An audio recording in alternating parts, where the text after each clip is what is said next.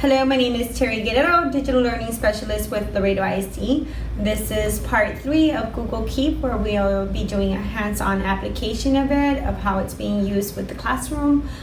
You'll get to see me teach on it with research, outlining a research paper. So let's start off over here where we would go into our Google account. You're signed in at this point and you look for the Keep emblem. So as we go into Google Keep, I already have it set up. You saw a lot of this already, like the training on how to create a note, take a note, and the features with it. I've already created what I'm going to do for my children, and this is on research of a famous person, their biography. And so I've already made little note cards ahead of time for them. In this example, I'm using Helen Keller, but they will use this exact thing to bring into their Word document, and you'll see that in a few minutes. But the setup is there for the students, and you'll see the outline. I have different cards right there. As you can see, I have my introduction set up. I expect the thesis paper from there and what is the purpose of that paper. They'll outline what they're talking about.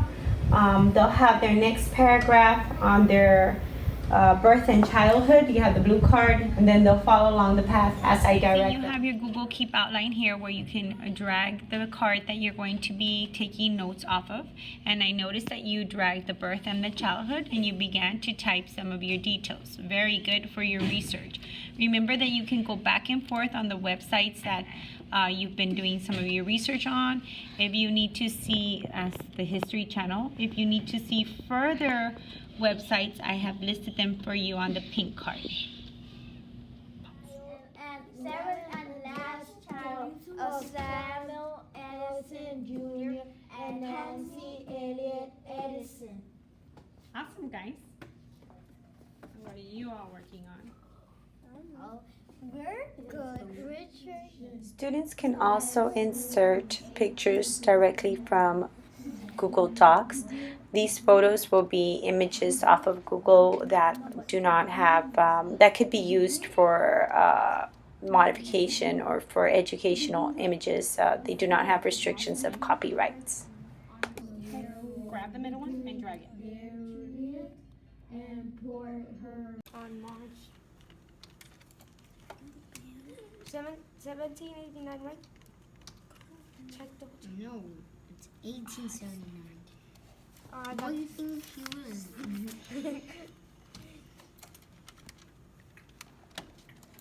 You can see the students working collaboratively as they start to do their research paper. One is typing off of the iPad on Google Docs with a shared document, and you can see the other one also trying to research and type from her outline as well. Well, I also put he was born on March 14th, 1879. I can just see like right there. Where? Was high. The highest.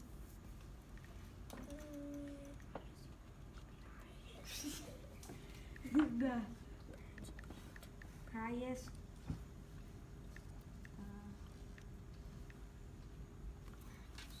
IQ. Oh, teacher still doesn't your repeat.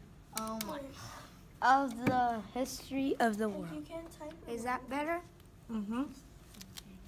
Start typing though. Wait, I forgot the S. Okay. Individuals. My name is Marcos Hernandez. I enjoy using Google Keep for my research paper.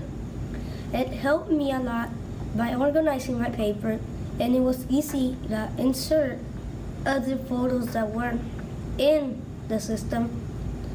And unlike Word, in Word you have to copy it and do everything. In Google Keep you find it and copy it and it inserts it for you.